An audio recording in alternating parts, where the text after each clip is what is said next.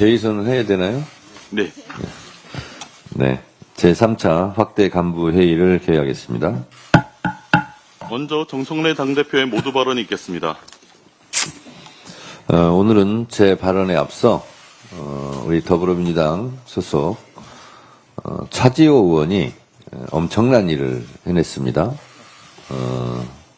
이재명 대표 박미애와 함께 미국을 방문해서 세계 최대 투자 자산 회사인 블랙록과 우리 정부의 MOU를 체결하는데 숨은 주역으로서 엄청난 일을 했습니다. 그래서 정청래 당대표 체제 공개 칭찬 1호 의원으로 차지호 의원을 선정했고,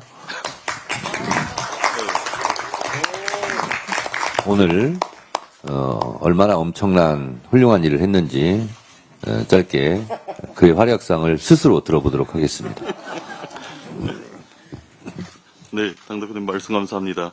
이번 유엔 총회를 계기로 사실 이재명 대통령은 이제 국제사회에서 어떤 큰 계기들을 만들었습니다. 특히 경제의 새로운 전환점을 열었다고 생각을 합니다.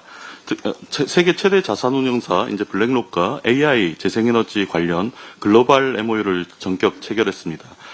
아시는 분은 아시겠지만 블랙록은 마이크로소프트, 엔비디아, 테마섹과 함께 세계 AI 인프라를 주조하는 사실 절대적 글로벌 플레이어입니다.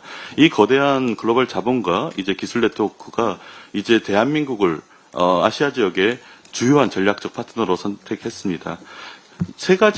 MOU에는 세 가지 경제 성과가 이게 정확하게 기술되어 있습니다. 하나는 국내 AI 재생에너지 인프라에 대한 대규모 투자 협력입니다. 블랙록이 말하는 대규모 투자는 통상 수십조 원 규모를 의미합니다. 이는 AI 데이터 센터뿐만 아니라 재생에너지 인프라와 같이 우리 기업이 당장 필요로 하는 핵심 인프라에 이제 공동으로 투자하는 노력을 만들 예정입니다. 그리고 국내 기업들은 이런 세계 글로벌 자본과 네트워크가 손잡고 앞으로 도약할 반판을 얻게 되는 것 같습니다. 그리고 둘째, 한국의 아시아 태평양 수도로서의 도약입니다. 이번 합의에서 블랙록은 아시아 태평양 지역의 AI 허브를 한국에 구축하는 걸로 돼 있었습니다. 근데 이제 실제 회담에서는 레리 핑크 회장이 이 부분을 격상시켜서 아시아의 AI 수도를 같이 전 세계 자본을 연결해서 만들자는 얘기를 했습니다. 이건 한국이 가진 글로벌 AI 전략상 굉장히 중요한 토대를 제공하는 것 같습니다. 그리고 마지막 MOU 내용은 글로벌 AI 파트너십에 대한 본격적인 참여를 독려하고 있습니다. 세계적인 빅테크 기업과 이런 글로벌 세계 제1의 자산운용 회사가 같이 만들어진 글로벌 AI 인프라 생태계에 한국이 적극적으로 참여하는 것을 독려하고 있습니다. 이 부분은 앞으로 글로벌 시장에 굉장히 강력한 이제 시장 신호로 작용을 해서 또 다른 글로벌 투자자들이 대규모 자본을 한국에 유치해서 한국에 있는 내수 시장을 넘어서 글로벌 AI 인프라와 재생에너지 인프라에 도약할 수 있는 발판이 될 것 같습니다. 이런 당과 정부가 함께 협력한 이런 이니셔티브가 앞으로 계속 이어지면서 좋은 성과를 내기를 기대하고 있습니다. 감사합니다. 네, 수고하셨습니다. 제가 소개하면서 이재명 대표라고 한 것 같은데 이재명 대통령님이죠. 이재명 대통령님 유엔 총회 연설차 박미길에 올랐던 우리 차지호 의원이 블랙록 회사와 연결하는 숨은 역할을 톡톡히 했다고 그러는데 블랙록 회사하고는 언제부터 이렇게 인연을 맺었습니까? 제가 이제 국회에 들어오기 전에는 글로벌 협력 체계 안에서 논의를 했고, 네. 거기 블랙록에 있는 주요 임원들과는 한 3, 4개월 전부터 물밑 협상을 했었습니다. 잘했습니다. 네, 제 말씀을 드리겠습니다. 장 대표에 취임하고 처음 갖는 확대 간부 회의입니다. 함께해 주신 전국위원장 여러분 정말 반갑고 고맙습니다. 국민이 지켜낸 빛의 혁명의 대한민국입니다. 그 위대한 국민의 엄중한 뜻에 따라 이재명 정부가 출범하고 우리가 여당의 책임을 맡게 된 만큼 우리 당은 이전보다 더 많은 책임과 역할을 다해야 합니다. 특히 전국위원회는 국민의 삶과 직결되어 있어 그 임무가 막중하다고 할 것입니다. 사실 우리 민주당 전국위원회는 그동안 위원회별로 독보적인 역할을 해왔습니다. 대부분은 겸손하게 그 공을 당원과 지도부에 돌려서 그렇지 자랑할 만한 성과도 참 많습니다. 제가 책임지고 전국위원회 활동을 지원할 것이고 앞장서서 잘한 일은 공개 칭찬해 드리도록 하겠습니다. 여성, 노인, 청년, 대학생, 장애인, 노동, 농어민, 을 지키는 민생 실천, 사회적 경제, 소상공인 등등 각 위원회가 위원장님의 책임감 있는 리더십 아래 본연의 임무를 다해 주시고 더 많은 국민과 소통하며 활발히 활동해 주시기를 부탁드립니다. 이재명 대통령이 우리 시각으로 어제 대한민국 역사상 최초로 유엔 안보리 의장국 자격으로 공개 토의를 주재했습니다. 역대 대통령 중에서 유엔 총회 연설은 있었습니다만 안보리 상임이사국 의장으로서 회의를 주재하는 것은 역사상 처음 있는 일이었습니다.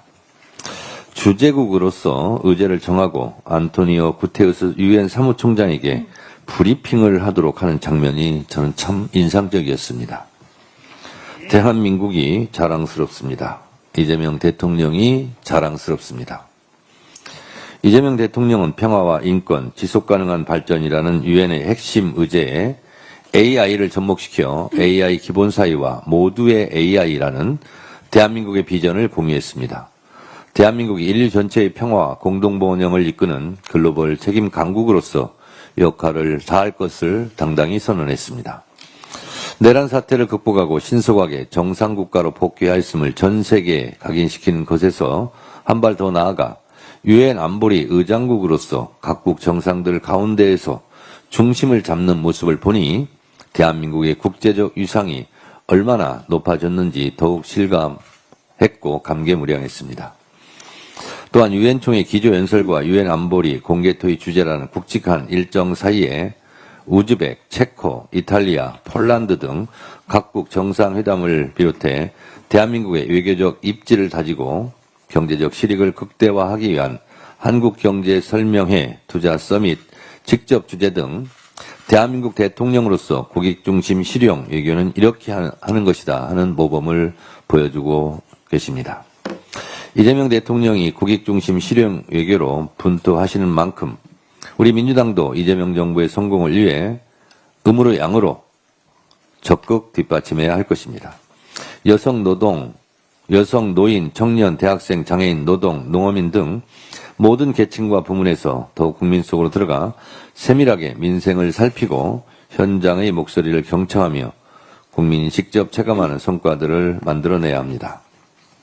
이재명 정부의 성공을 위해 풀뿌리에서부터 크게 일조한다는 마음으로 10개 부문 전국위원장께서 함께 애써주시기를 부탁드립니다. 저도 여러분들의 요청사항에 항상 열려있는 자세로 적극 임하겠습니다.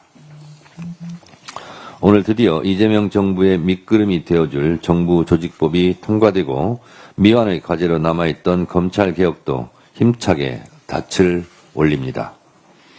추석 귀향길 라디오 뉴스에 검찰청은 폐지되었다. 검찰청은 역사 속으로 사라지게 되었다는 소식을 전해드리겠다고 약속드렸는데 약속을 지킬 수 있어서 저 개인도 기쁩니다. 수사와 기소는 불가역적으로 분리됩니다. 검찰의 폭력적인 무소불위의 권력은 이제 휘두를 수 없게 됩니다. 검찰개혁은 모두 국민 여러분과 이재명 대통령님 덕분입니다. 이재명 대통령의 강력한 검찰개혁에 대한 의지와 결단 덕분입니다.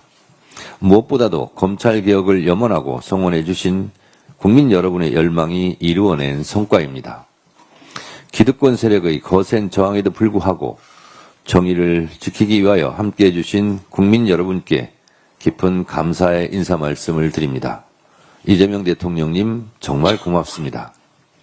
역사는 오늘 저녁 7시 검찰개혁으로 대한민국의 민주주의가 한 단계 더 성숙하게 되었다고 기록할 것입니다. 민주당은 사법개혁, 언론개혁에도 박차를 가하겠습니다. 개혁은 자전거 페달과 같습니다. 페달을 밟지 않으면 자전거가 쓰러집니다. 민주당은 밀려오는 개혁의 페달을 계속 힘차게 밟겠습니다. 감사합니다. 다음으로 전현희 최고위원의 발언이 있겠습니다.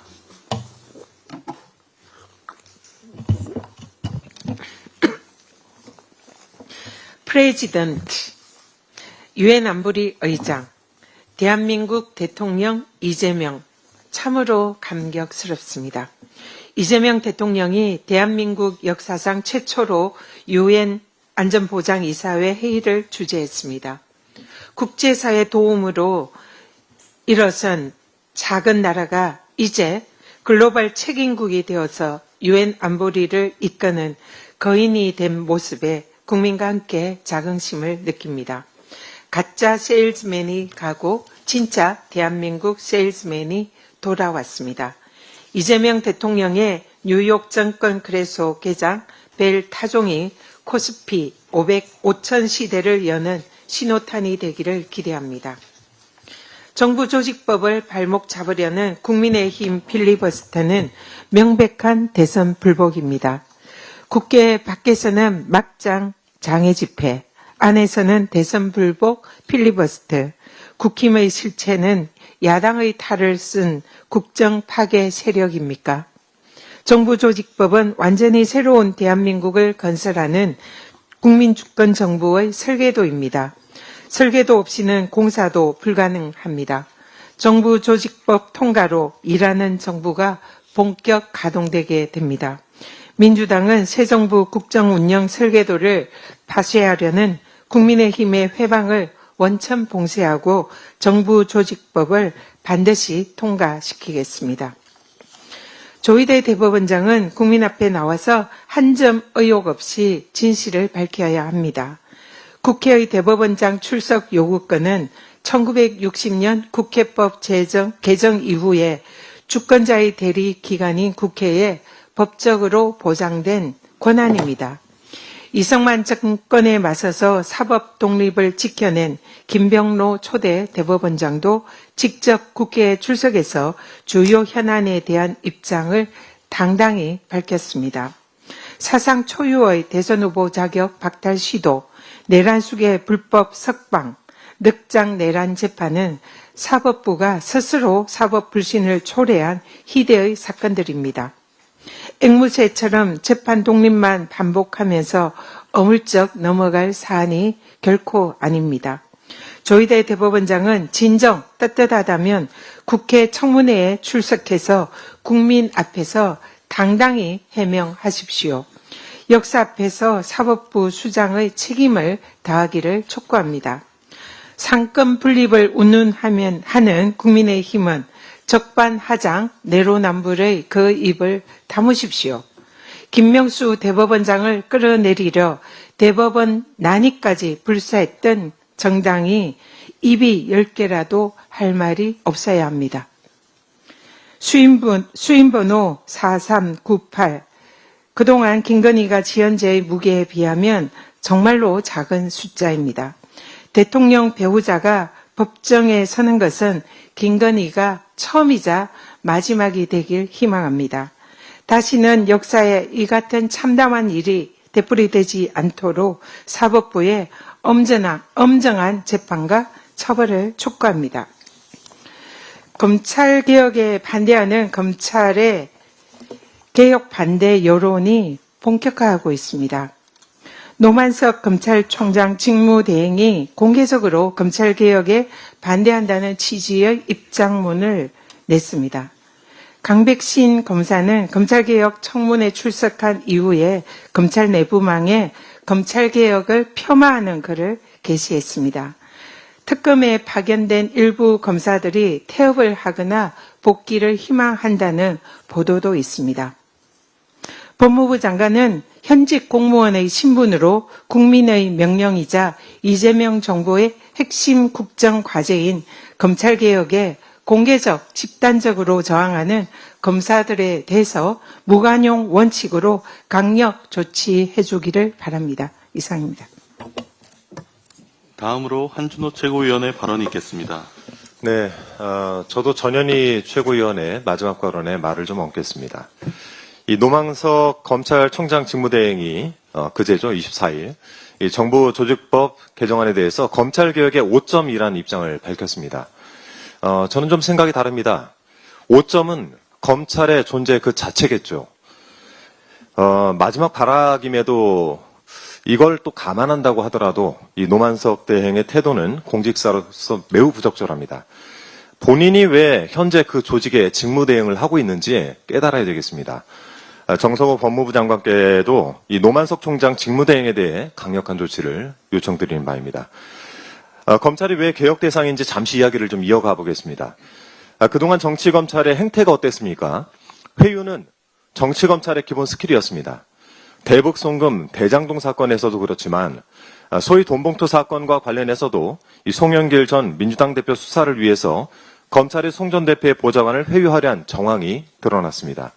어제 보도에 따르면 이 담당 수사관이 보좌관 박모 씨의 배우자에게 전화를 걸어서 검사실에서 피고인과 충분히 길게 면회를 하고 추석 앞두고 음식을 가져오면 같이 먹을 수 있게 해주겠다라는 취지로 편의 제공을 제안했다고 합니다. 잠깐 좀 이 내용을 보겠습니다. 부탁 좀 드릴게요. 자, 심지어 해당 수사관이 피고인이 건강도 안 좋은데 모든 것을 책임지고 혼자서 안고 가는 것 같아 염려가 된다라고 하면서 사모님도 오시면 큰 틀에서 이야기할 수 있다라는 이야기까지 한 것으로 보도가 되고 있습니다. 이 말을 다시 해석을 해보면 혼자 뒤집어 쓰지 말고 송 전 대표까지 엮을 수 있게 협조해라라고 회유를 한 것 같고 재판에서 선처를 받을 수 있게 해주겠다라는 거래 제시 아니겠습니까? 그러면서 검찰은 직접적인 회유는 한 적이 없다라고 입장을 전했는데 이 말을 들어보니 적어도 간접적인 회유는 한 것이 아닌가 싶습니다. 밝혀지고 있는 이런 사례가 어디 한두 건입니까? 이래서 검찰 개혁을 하자는 것입니다. 노만석 대행은 조직의 성찰이 우선임을 명심하시기 바랍니다. 자, 그런데 지금 이 순간에도 국민의힘은 이 필리버스터를 이어가면서 정부조직법 개정안 처리에 발목을 잡고 있습니다. 대한민국 헌정사의 정부조직법 개정안으로 필리버스터를 하는 어처구니없는 사례가 어디 있었습니까? 아무리 시간을 끌어봐야 오늘 저녁 정부조직법 개정안은 반드시 통과될 것이고 국민의힘에 남는 것은 자당히 정치검찰의 편임을 인증하는 5점 뿐일 것입니다. 더불어민주당은 앞으로 남아있는 정부조직 개편 과제들도 흔들림 없이 처리해 나가도록 하겠습니다. 짧게 한 말씀만 좀 덧붙이면 어제 국회 본회의에서 경북, 경남, 울산 이 초대형 산불 피해 구제 및 지원 등을 위한 특별법이 가결이 됐는데 여야 의원 5명이 각각 발의한 법안을 한데 모아서 여야가 함께 통과를 시키는 의미 있는 일이었습니다. 그런데 이 법안을 표결하는 과정에서 어느 국민의힘 여성 의원이 느닷없이 악담을 한 것이 영상에 포착이 됐습니다. 내용인즉슨 누군가가 호남에서 불 안 나나? 라는 말을 했고 또 다른 누군가는 그 말에 웃는 소리였습니다. 이게 영상이 없어서요. 제가 이거를 음성으로 좀 한번 틀어봐 드리겠습니다.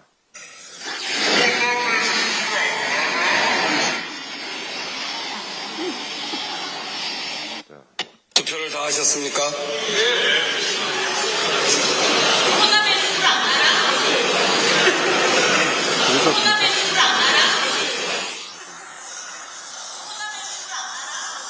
투표를 다 하셨습니까?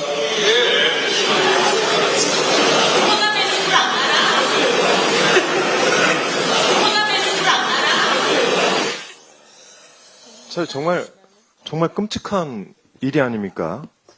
호남에서는 불이 안 나나 이게 국회의원이란 작자가 웃으면서 할 소리입니까? 음성만으로는 특정할 수 없지만 저는 이 목소리가 매우 익숙한 목소리입니다. 내란을 일으킨 내란숙의 윤석열을 만들어내고 그 내란에 동조하고 아직도 내란을 옹호하고 있는 정당 이 국민의힘의 저희란 수준은 그 바닥을 가늠할 수조차 없습니다. 계엄이 성공해서 국민이 수거되길 기원하고 호남에 불이 나길 기대하는 이 더러운 심포로 무슨 정치를 하겠습니까? 극으로 가버린 국민의힘은 이제 희망이 없습니다. 이런 무거운 대한민국의 현실 속에 더불어민주당은 모든 국민을 위한 정당으로 나아가기 위해서 더욱 노력하겠다는 말씀드립니다. 이상입니다. 잠깐만요. 이거 매우 심각한 발언인데요. 이 음수거를 좀 잘해서 한준호 최고께서 다시 한번 좀 틀어줬으면 좋겠고요. 이게 지금 음이 좀 이러는데 이게 주변 음수거를 좀 하면 더 선명하게 들릴 것 같고요. 제가 교섭단체 대표 연설할 때 제가 노상원 수첩대로 비상계엄 내란이 성공했더라면 이재명 대통령도 저 정청래도 이 세상 사람이 아니었을 것이다. 그럴 때 제발 그래 됐으면 좋았을 걸이라는 망언을 우리 기억하고 있습니다. 그 사람은 지금도 사과를 하지 않고 있습니다. 근데 또다시 이런 뭐 제가 듣기에도 너무나 부적절한 이런 음성인데요. 이걸 좀 더 선명하게 해서 전 국민에게 이 사실을 좀 알릴 필요가 있고 이 발언을 한 사람이 누군지 좀 찾아내야 될 것 같습니다. 이분 목소리의 주인공은 누구입니까? 범인을 찾습니다. 네, 제가 이거는 음을 좀 명확하게 들을 수 있도록 해서 제 공개를 좀 하도록 하겠습니다. 네. 네, 다음으로 김병주 최고위원의 발언이 있겠습니다. 호남에서 불이 안 나나 너무 경악스럽습니다. 저도 어제 그 얘기를 들었었는데 어떻게 이런 얘기를 할 수가 있겠습니까? 지난해에 대형 산불이 경북 의성에서 시작해서 안동을 거쳐서 엄청나게 산불이 번졌습니다. 그 당시 저는 우리 당 대형 산불 특별위원장을 맡아서 그 지역을 누리면서 어떻게 하면은 빨리 복구하고 보상할 것인가 그런 것들을 우리 당이 앞장서서 했고요. 거기에 관련된 법을 발의가 되고 통과되는 그런 시점입니다. 재난 앞에 대한민국 국회의원들은 하나가 돼서 막아야 되는데 호남에는 불이 안 나나 이런 찾아내서 이 사람은 국회의원 자격도 없습니다. 국회의원 제명시켜야 된다고 저는 보고 있습니다. 꼭 그 음성의 주인공을 찾아서 국회의원 제명까지 해야 된다고 봅니다. 그대의 계책은 하늘의 이치를 꿰뚫었고 오묘한 계획은 땅의 이치를 통달했노라. 싸움에 이겨 이미 공이 높으니 만족함을 알고 멈추길 바라노라. 살수대첩을 앞둔 을지문덕 장군이 수나라 장군 우중문에게 보낸 시입니다. 트럼프 대통령이 한국으로부터 받을 3,500억 달러는 선불이라고 했습니다. 보자 하니 해도 너무합니다. 어떻게 이렇게 할 수 있습니까? 외교의 원칙은 호혜와 평등입니다. 힘을 앞세운 일방적 외교는 공존이 아닌 공멸을 가져올 것입니다. 한미동맹의 균열을 가져올 수 있습니다. 트럼프 대통령에게 우리 국민의 목소리를 전합니다. 만족함을 알고 멈추길 바라노라. 검찰은 마지막까지 오만합니다. 국민을 범죄로부터 지키기는커녕 없는 죄를 조작하고 위증을 모해한 검찰, 압수수색 영장과 기소권을 앞세워 정적을 죽이는 사냥개였던 검찰, 검찰청 폐지는 자업자득입니다. 노만석 대행에게 강력히 경고합니다. 제 분수도 모르고 깝칠 때가 아닙니다.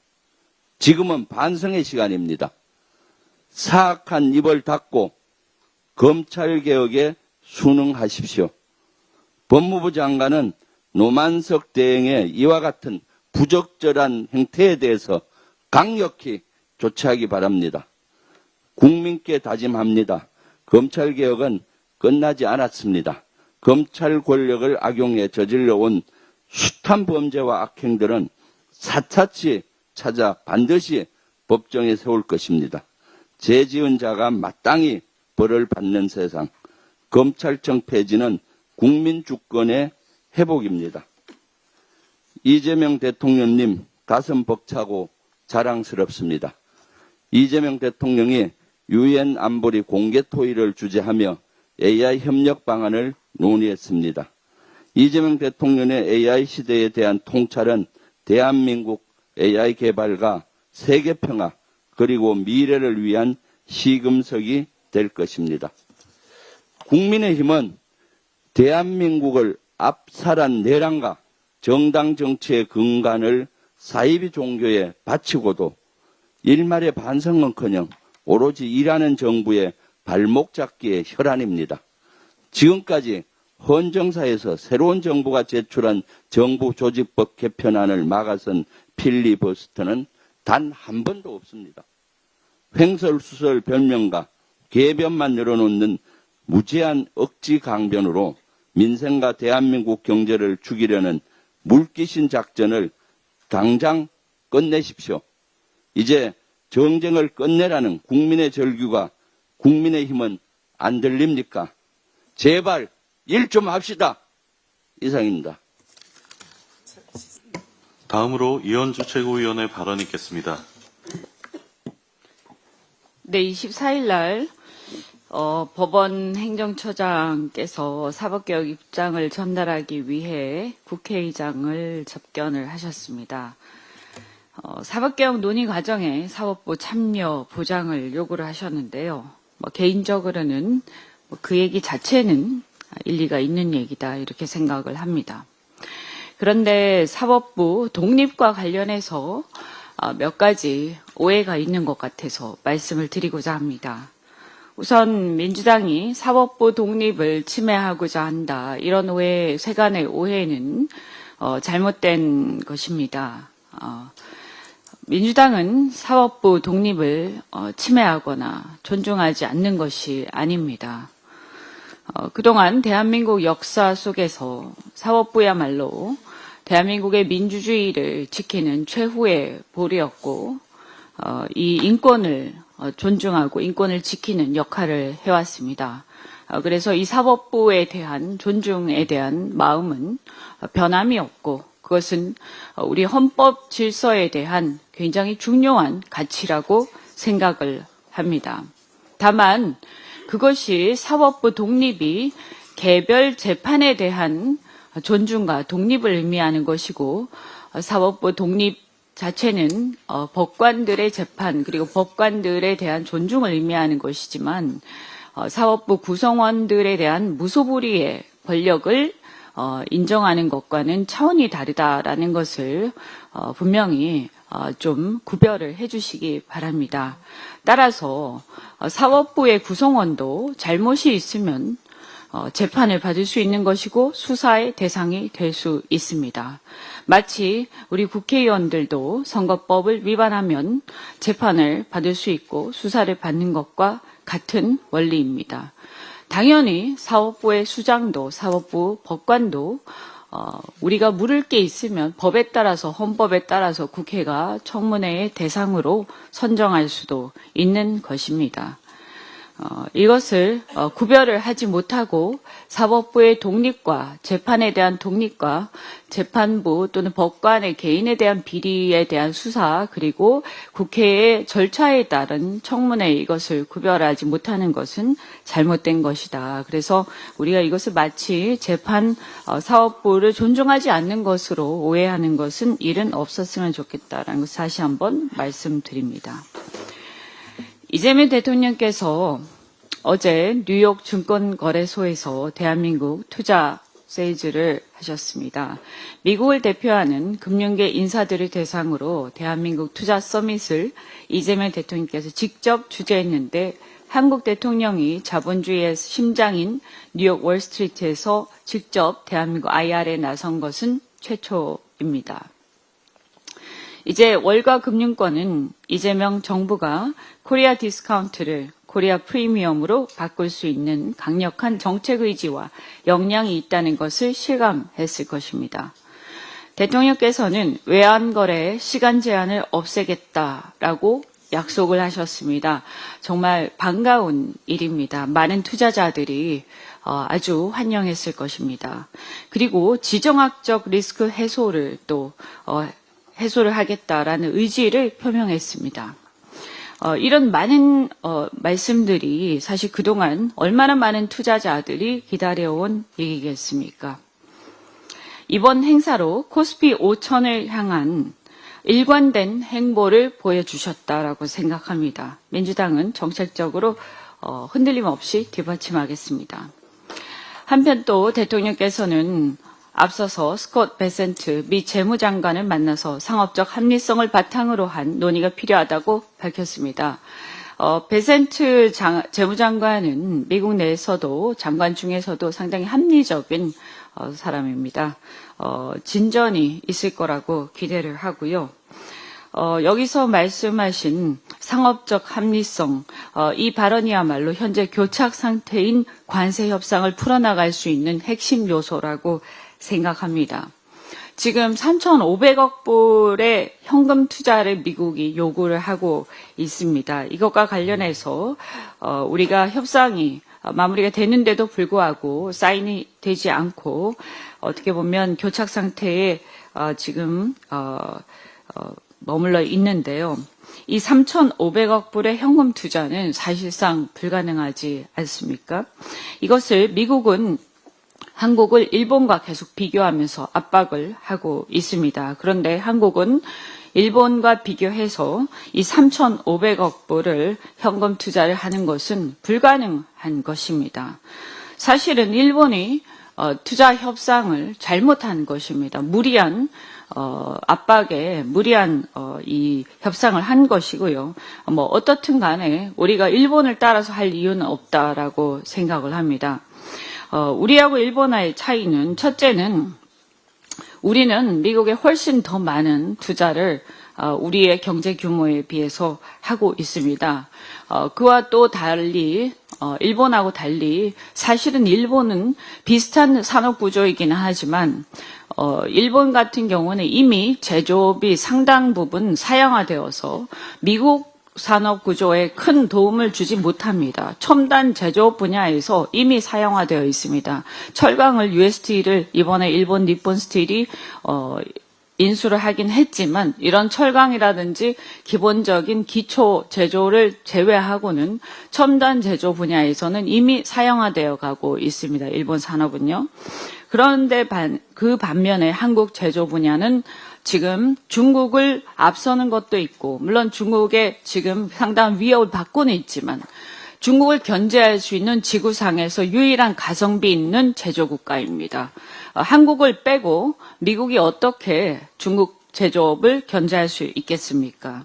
한국의 유일한 어떤 전략적 가치를 미국은 모를 리 없을 것입니다. 두 번째는 외환보유고 문제입니다. 일본은 1조 2천억 달러, 한국은 4천억 달러입니다. 그러니까 일본이 3배의 외환보유고를 갖고 있고 일본은 엔화가 기축통화지 않습니까? 그리고 GDP도 한국이 일본의 경제 규모의 40% 정도에 불과합니다. 또한 그 당시에 이것을 타결을 할 때 일본의 수상의 정치적 위상은 한국에 비할 바가 아닙니다. 이런 것들을 감안을 해서 미국은 조속히 한국하고의 관세 협상에서 합리적인 타결점을 찾아주시기 바란다. 이렇게 말씀드리겠습니다.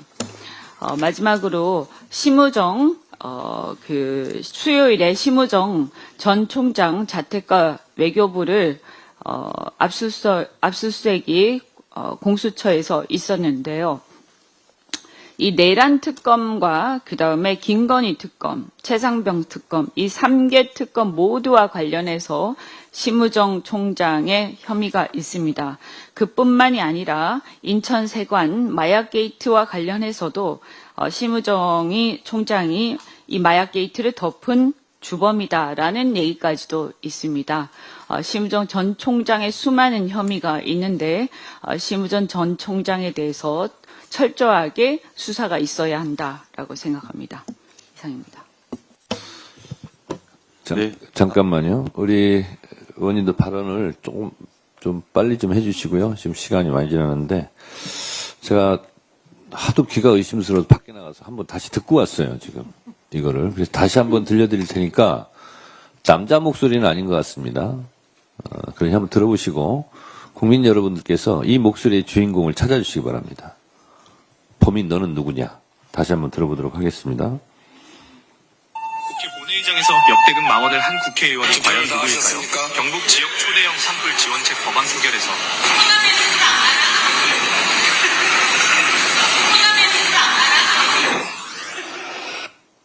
예. 저는 어렴풋이 누구인지 짐작은 가는데요. 이 목소리의 주인공은 자수해서 광명 찾기 바랍니다. 스스로 내가 그랬다라고 하고 공개 사과하셨으면 좋겠습니다. 굉장히 심각한 발언인 것 같습니다. 네, 이어가시죠. 네, 다음으로 황명선 최고위원의 발언이 있겠습니다. 네, 이재명 대통령은 3박 5일 짧은 일정을 마치고 귀국합니다. 이번 유엔 총회 일정은 국격 회복, 국익 증진, 국제 평화라는 세 가지 확실한 성과를 남겼습니다. 대한민국 대통령 최초로 유엔 안보리 공개 토의를 주재하고 기조연설을 통해 민주 대한민국의 복귀를 세계 앞에 천명했습니다. 세계 최대 자산운용사 블랙록과의 MOU, 미국 재무부 장관과의 협의는 한국 증시와 산업의 실질적 투자 유치의 길을 열었고 E&D 이니셔티브를 통해 실용주의 평화 구상을 제시하였습니다. 그런데도 국민의힘은 대통령이 이재명이고 총리가 김민석인 게 최대의 리스크라는 막말과 선동으로 국격과 국익을 깎아내리고 있습니다. 내란 세력과 결별하지 못한 채 색깔론에 매달리고 있는 국힘이야말로 대한민국의 최대의 리스크임을 분명히 경고합니다.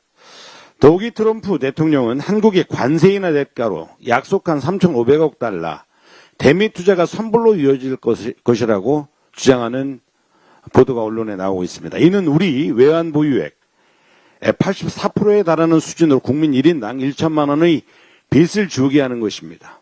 이 거대한 연금이 투입된다면 국가 신용 등급은 흔들리고 금융시장은 공포에 빠질 뿐 아니라 IMF 금융위기를 등가하는 국가 파산 사태를 맞게 될지도 모르는 일입니다. 미국과 한국은 동맹국가입니다. 미 행정부는 상호 존중과 신뢰를 바탕으로 미래지향적인 협상에 임할 것을 강력하게 요청합니다. 민주당은 국민과 함께 국익과 주권을 지켜내고 우리 정부의 실용외교, 책임외교를 끝까지 뒷받침하겠습니다. 검찰의 기획조작은 국가범죄입니다. 송영길 전 대표 사건에서 드러난 회유 압박 정황은 충격 그 자체입니다. 구속보좌관이 배우자에게 전화를 걸어 협조하면 시간 제한 없는 면회와 음식 반응을 제한하며 진술을 요구한 것으로 드러났습니다. 대장동 핵심 증인 남욱 변호사는 검사들이 사실이라니 그렇게 진술했다고 법정에서 증언을 번복했습니다. 정진상, 김용, 이화영, 송영길 사건 전반에 걸쳐 회유, 짜맞추기, 조작의 동일한 패턴이 확인되고 있습니다. 이것은 단순한 위법을 넘어 국가 권력을 사용한 정치 공작으로 중차대한 국가범죄입니다. 특히 대장동 수사 책임자였던 어미준 검사는 부천지청장 시절 고용부가 기소 의견으로 송치한 쿠팡 일용직 퇴직금 미지급 사건을 증거 일부 누락후 무혐의 처리했다라는 의혹이 내부 보고와 메신저 기록으로 확인되었습니다. 그럼에도 국회에서는 지시한 적이 없다고 발뺌했습니다. 명백한 위증 아닙니까? 직권남용, 허위 공문서에 대해서도 즉각 강력하게 수사를 해야 합니다. 일련의 사건들은 단순히 감찰로 끝날 문제가 아닙니다. 공수처 수사, 국회 청문회를 통해서 철저하게 진실을 규명하고 밝혀내야 합니다. 민주당은 내란 세력의 흉기가 된 정치검찰의 책임을 끝까지 묻겠습니다. 이상입니다. 네, 다음으로 서삼석 최고위원의 발언이 있겠습니다. 에이펙 정상회담이 한 달여 앞으로 다가왔습니다. 무엇보다도 대한민국이 세계 정상들 앞에서 전 정부와 전혀 다른 새로운 대한민국 품격과 이상을 알리는 중요한 계기가 될 것입니다. 이재명 대통령께서는 지난 9월 22일부터 10월 1일까지 10일간의 대한민국 새 단장 주관을 제안하셨습니다. 귀한 손님을 맞이할 때 모든 정성을 다하듯 에이펙뿐만 아니라 2026 여수 세계 선박람회와 2036 전북 올림픽 개최를 위한 현장 실사도 남아있는 지금 맑고 밝고 깨끗한 대한민국으로 국가 신뢰도를 높일 수 있는 적절한 시점에 주신 말씀이라고 생각합니다. 민주당도 지역위원회를 중심으로 봉사활동을 진행하고 있습니다.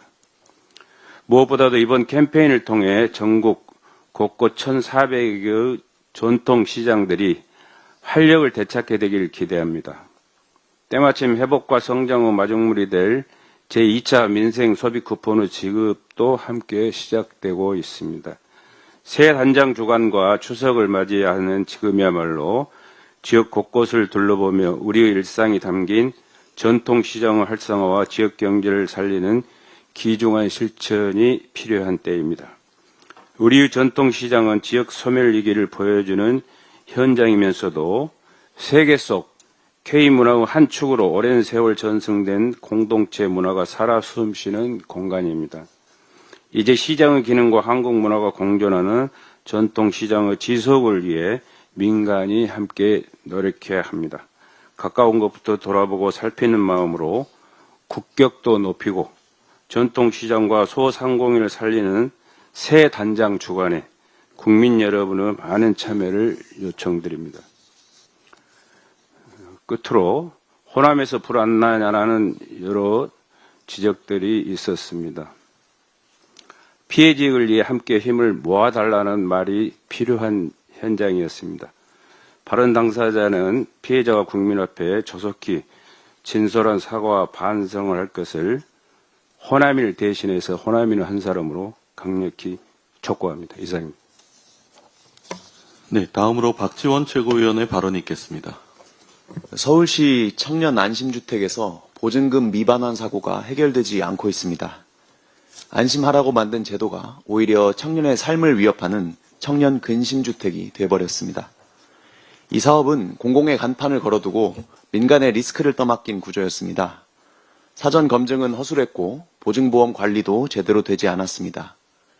2022년부터 이미 경고 신호가 있었지만 서울시는 방치했고 결국 수백 세대가 피해를 입고 청년들의 전 재산인 수백억 원의 보증금이 묶였습니다. 이 문제는 서울만의 일이 아닙니다. 부산의 공공지원 민간 임대주택도 300여 가구가 보증보험 미가입 상태로 드러났습니다. 한강변에서 터진 문제가 낙동강변에서도 터질 수 있는 상황입니다. 그런데도 오세훈 시장은 청년에게 돌아올 빚의 파도를 서울시가 막고 있다며 자화자찬에만 열중했습니다. 처음에는 이 사고가 민간 책임이라며 발뺌하다가 나중에 문제가 커지자 국토부로 책임을 떠넘기는 늑장 대응 중입니다. 결혼과 취업, 학업 등 인생 계획이 송두리째 흔들리는 청년들을 두 번 죽이는 모욕적인 행태입니다. 한강버스 운영에는 하루 5,400만 원을 씁니다. 이틀 치면 청년의 인생이 걸린 보증금을 돌려줄 수 있습니다. 강위 버스에는 돈을 퍼붓고 정작 땅 위 보금자리는 지켜주지 않는 것이 시장이 할 일입니까? 보여주기 식치적에만 낯을 내고 청년의 삶을 지켜주지 못하는 현실을 시민들은 납득하지 못합니다. 오세훈 시장은 더 이상 청년의 눈물을 외면하지 말고 사과하십시오. 지금이라도 민주당 전세사기 특위와 서울시당 새서울 특위의 외침을 듣고 보증금 선지급 그리고 공공매입 등 실질적인 대책을 시행하십시오. 서울 시민의 세금은 강위 홍보물이 아니라 청년의 삶과 미래를 지켜내는 안전망이 되어야 합니다. 시장으로서의 최소한의 책임을 다해주시기 바랍니다. 이상입니다. 네, 이어서 전국위원장의 모두 발언을 진행하겠습니다. 시간 관계상 조금 간략하게 말씀해 주시기 부탁드리겠습니다. 먼저 이수진 전국 여성위원장의 발언이 있겠습니다. 네, 전국위원회 활동을 전폭적으로 지지하겠다는 정성래 당대표님의 말씀에 큰 힘이 납니다. 이재명 정부는 국민 한 사람 한 사람이 존중받고 모두가 함께 행복한 나라를 만들겠다라고 약속했습니다.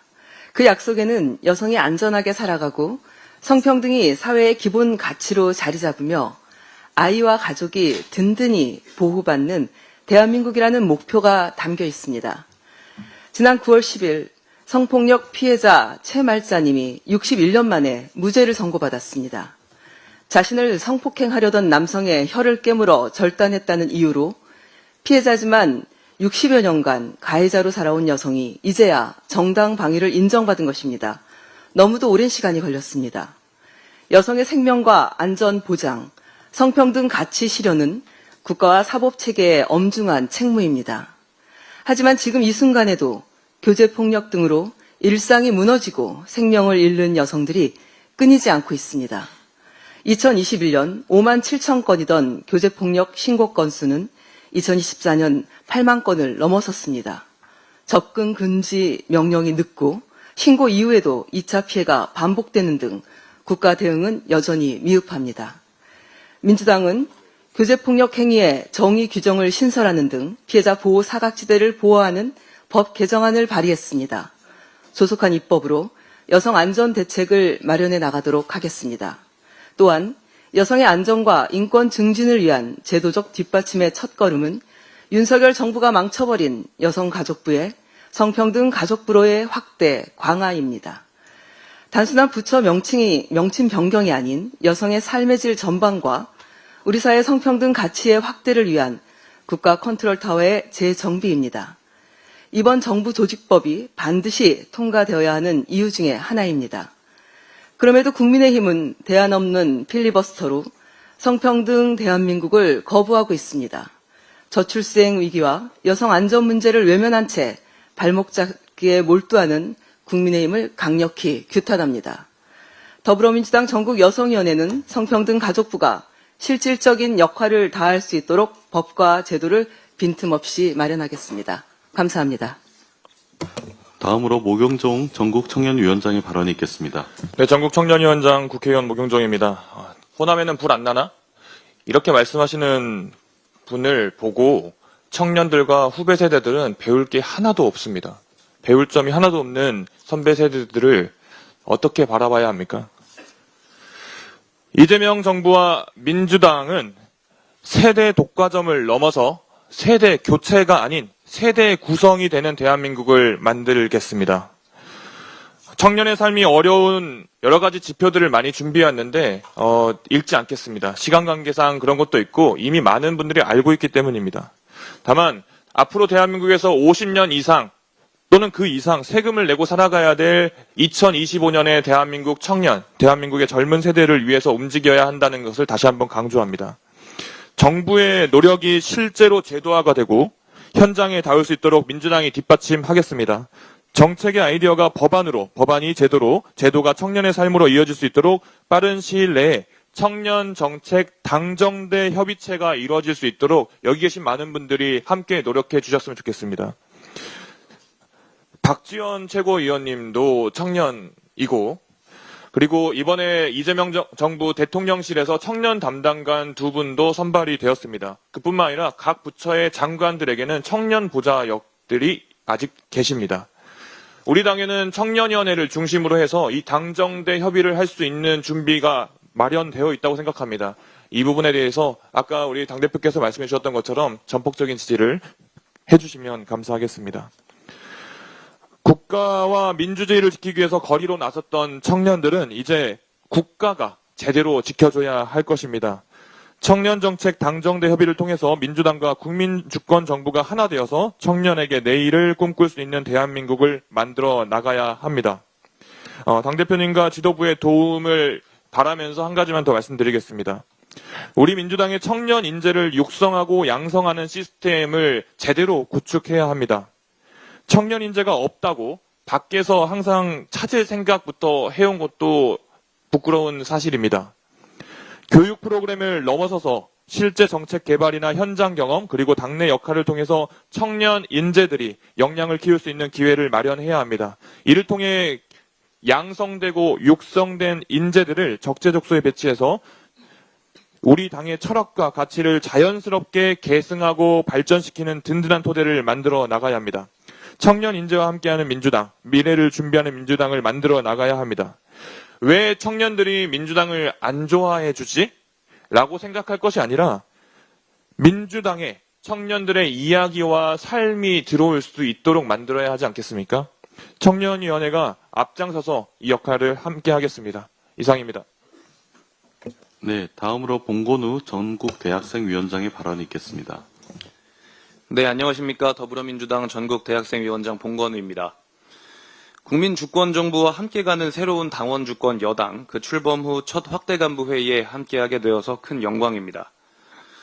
우리는 지난 12.3 불법기염과 탄핵 국면을 똘똘 뭉쳐 이겨냈고 대선까지 전력질주의 국민주권정부를 탄생시켰지만 동시에 당과 정부는 수많은 숙제를 받아 안았습니다.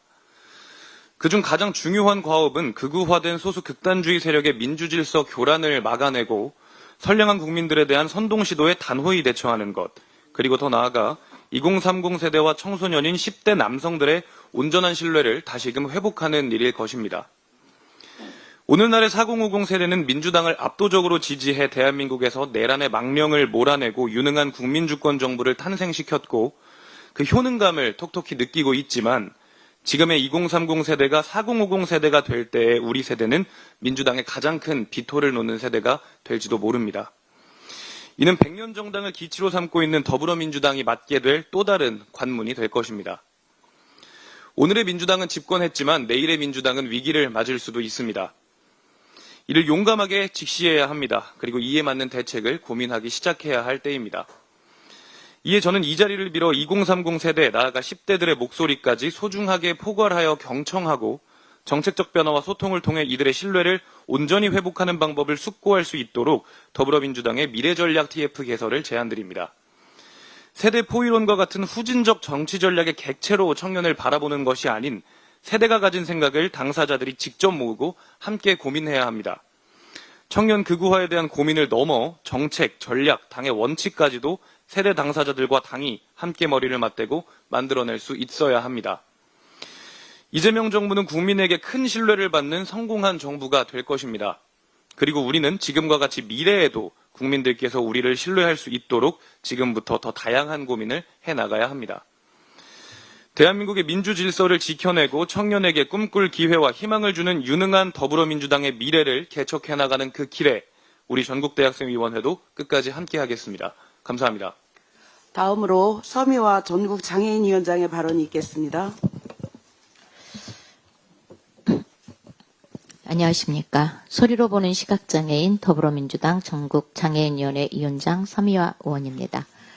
오늘은 정청래 대표님 선출 이후 처음 열리는 확대 간부 회의로 알고 있습니다. 대표님 그리고 최고위원님들, 전국 상설위원장님들을 한자리에서 뵙게 돼서 매우 반갑습니다. 전국장애인위원회는 지난 9월 2일 100여 명의 당원님들을 모시고 1박 2일 동안 서울 하이우스호스텔에서 장애인 정치 아카데미를 개최했습니다. 이날 정청래 대표님과 김병주 최고위원님께서 직접 강의를 해주셨습니다. 바쁘신 중에도 장애인 당원들에게 뜻깊은 강의를 해주신 두 분께 장애 당원을 대표해서 다시 한번 감사드립니다. 무엇보다도 이날 강연에서 정청래 대표님께서 후보 시절 약속하신 장애인국 설치를 공식화해 주셨고 당원 당규 개정을 통해서 장애인국 신설이 정강석화로 추진되었습니다. 이는 더불어민주당이 명실상부한 장애 친화 정당으로 나아가고 있음을 보여준 첫 걸음이라고 확신합니다. 앞으로 빠른 시일 내에 장애인국 운영을 위한 인력 배치, 공간 확보, 예산 편성 등 실제적인 구조가 정강석화로 마련돼서 명실상부한 장애 친화 정당으로서 장애 당원들을 위한 다양한 정책과 지원이 원활하게 진행될 수 있기를 기대합니다. 저도 마지막으로 전남 무안군 출신 고향입니다. 호남인으로서 한 말씀 드리겠습니다. 어제 본회의장에서 호남에서는 불 안 나나? 라고 망언을 내뱉은 의원이 누구인지 저는 소리로 보기 때문에 정확하게 알 것 같습니다. 숨지 말고 즉시 자수하시고 호남인과 전 국민 앞에 즉시 석고대죄하십시오. 이상입니다. 다음으로 최철호 전국 노동위원장의 발언이 있겠습니다. 예, 반갑습니다. 전국 노동위원장 최철호입니다. 9월 15일 고용노동부는 노동안전 종합대책을 발표하였습니다. 이번 대책을 통해서 사고 없는 일터 조성과 국민 생명 보호에 이바지하기를 기대합니다. 주목할 점은 산업재해의 상당수의 원인이 되고 있는 사내 하청 문제를 거론한 것입니다. 현장을 잘 이해하고 있는 김영은 고용노동부 장관님의 고민이 엿보이는 대목입니다. 올해 6월 태안화력발전소에서 또 한 명의 하청 노동자가 목숨을 잃은 안타까운 사고 역시 바로 이 구조적 문제에서 비롯되었습니다. 2018년 고 김영균 노동자의 희생 이후 특조위가 제시했던 22개 권고사항 중 첫 번째는 바로 경쟁이 초래한 위험의 외주화를 끊어내라는 것이었습니다. 구체적으로는 민간으로 이양된 발전 정비 영역을 다시 공기업인 한전 KPS가 직접 고용하는 방식으로 회수를 하라는 것이었습니다. 이것이야말로 반복되는 사고를 근본적으로 차단할 핵심 대책이었습니다. 그러나 지금까지 전혀 이행되지 않고 있습니다. 2003년 당시 정부는 효율을 명분으로 민간 정비업체 육성을 시작했고 발전 정비를 민간에 개방해 왔습니다. 그 결과 한전 KPS의 점유율은 절반 이하로 떨어졌습니다. 이로 인해 공공의 역할은 줄어들고 정비 품질은 저하되었으며 위험은 외주화되었고 노동자의 고용은 불안정해졌습니다. 효율이라는 이름으로 노동자의 안전이 뒷전으로 밀려난 것입니다. 이제 더 이상의 비극을 멈춰야 합니다. 발전 정비 공기업의 공적 역할을 제대로 정립하고 입찰 심사에서는 가격이 아니라 안전 역량을 최우선으로 해야 합니다. 장기 계약 의무화 같은 제도적 장치도 필요합니다. 무엇보다도 김영균 특조위 권고대로 하청 노동자의 고용 안정과 직접 고용 전환을 제도적으로 보장해야 합니다. 석탄 발전의 단계적 폐지와 에너지 전환 과정에서 노동자들의 불안은 더욱 커져가고 있습니다. 안전과 고용이 동시에 보장되어야만 노동자들이 두려움 없이 전환을 함께 할 수가 있는 것입니다. 발전 정비는 효율 논리에 맡겨둘 영역이 아닙니다.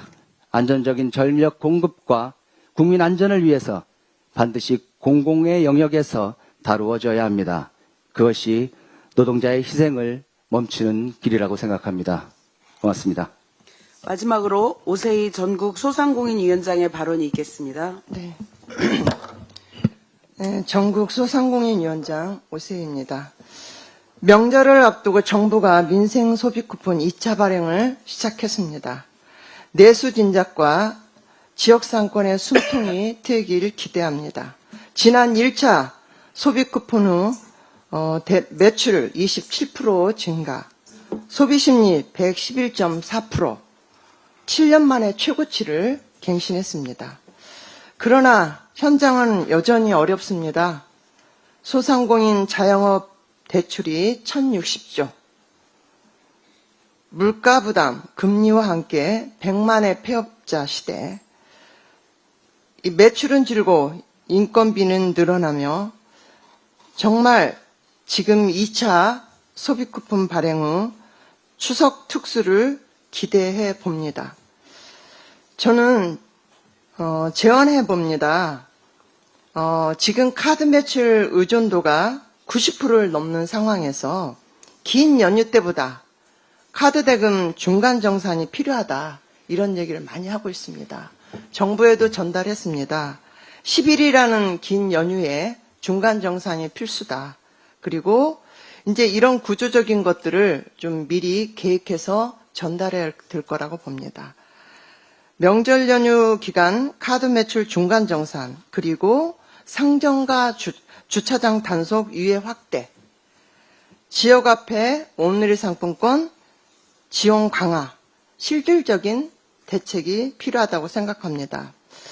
전국소상공인위원회는 지난 6월에 대전환시대 소상공인의 자영업 미래 10년의 전략을 했습니다. 토론회를 했습니다. 8월에는 소상공인 정책 아카데미를 개최했습니다. 자, 10년 후에는 소상공인들의 모습이 어떨까요? 참 저도 보면서 많은 걸 느꼈습니다. 노브워크와 AI의 보편화, 그리고 온라인 시장의 더욱 활발한 성장, 그로 인해서 가게에는 사람이 없고 소상공인 매장엔 키오스크 주문하고 로봇이 조리하고 홀서빙하고, 향후에는 배달 주체도 무인 로봇, 드론이 대신하는 세상이 올 것이라고 예측을 하는 전망도 나왔습니다. 이 변화 속에서 우리 정부는 미리 준비하지 못한 소상공인들의 생존 자체를 흔들 수가 있기 때문에 준비가 꼭 필요하다 이런 말씀을 드리고, 그래서 소상공인들은 자구 노력과 함께 우리 당과 정부가 정책적 지원이 절실하다고 생각합니다. 766만의 각종 현황과 간담회, 토론회, 아카데미, 협약식을 전국 소상공인위원회는 늘 현장의 목소리를 함께 정책으로 연결하고 있습니다. 지난 11월 초에 국회에서는 소상공인 전국 8도 장터를 계획하고 있습니다. 전국 8도의 소상공인들의 상품을 한자리에 모아 판매할 계획입니다. 이렇듯 전국 소상공인위원회는 소상공인과 함께 소비 진작과 사회공헌 활동을 지속적으로 추진하겠습니다. 더불어민주당은 전국 소상공인위원회가 늘 자영업자와 함께한다. 전국의 구석구석의 현안들을 함께한다. 이런 마음으로 민생 최우선 정당임을 행동으로 증명하며 당과 함께 소상공인을 지키고 지원하는 데 끝까지 책임을 다하겠습니다. 감사합니다. 네, 이상 발언을 모두 마치고 회의를 비공개로 전환하겠습니다. 언론인 및 보좌진